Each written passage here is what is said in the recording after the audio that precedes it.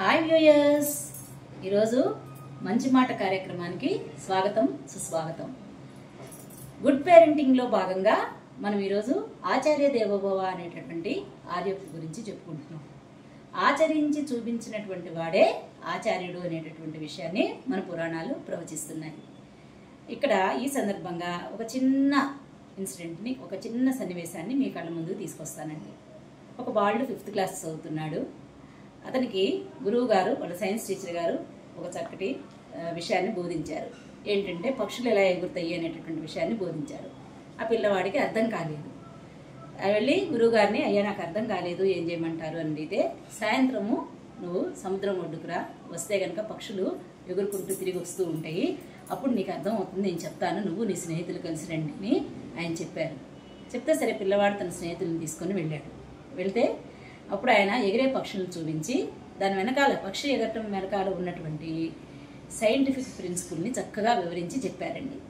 ఆ రోజు ఆయన చెప్పినటువంటి ఆ విషయాన్ని ఆకలింపు చేసుకున్న కుర్రవాడు ఏరోనాటికల్ ఇంజనీరింగ్లో ఎంతో ప్రసిద్ధికి ఎక్కినటువంటి అబ్దుల్ కలాం గారుగా భావితరాల్లో తయారయ్యాడండి.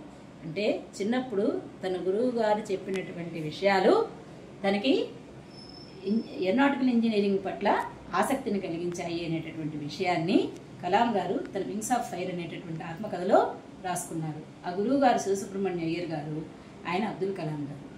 అలాగే ప్రపంచానంతటికీ ఉన్నటువంటి జగద్గురువు శ్రీకృష్ణుడు, ఆయన అర్జునుడికి గీత బోధించి గురువు అయ్యారు. గురువు అనేటటువంటి వాడు అజ్ఞానం అనేటటువంటి అంధకారం నుంచి విజ్ఞానం అనేటటువంటి వెలుగులోకి తీసుకొచ్చేటటువంటి ఒక మార్గదర్శి. గురువుల్ని తప్పకుండా అందరూ గౌరవించాలి. అలాగే ఇంకా మనం కనుక చూస్తే కబీర్ దాస్ గారు ఒక పద్యంలో చెప్తారండి, ఈ ప్రపంచంలో ఉండేటటువంటి అన్ని వనాల్లో ఉండేటటువంటి కలపని తీసుకొని కాగితంగా మార్చి, అలాగే సప్త సముద్రాల్లో ఉండేటటువంటి నీటిని తీసుకొని ఇంకుగా మార్చి గురువు యొక్క గొప్పతనం గురించి రాయాలి అని చెప్పనంటే అవి సరిపోవు, నేను రాయలేను, అంతకంటే గొప్ప స్థానం గురువుది అని చెప్పి ఆయన ప్రవచించారండి. సో గురువు యొక్క గొప్పతనాన్ని అందరూ కూడా గుర్తించాలి. గురువుల్ని ఏడిపించకూడదు. ఈ రోజుల్లో పిల్లలు అసలు గురువుల్ని లెక్క చేయటం లేదు. వాళ్ళు ఏం చెప్పినా మన మంచికి అనేటటువంటిది పోయి వాళ్ళని ఎదిరిస్తున్నారు.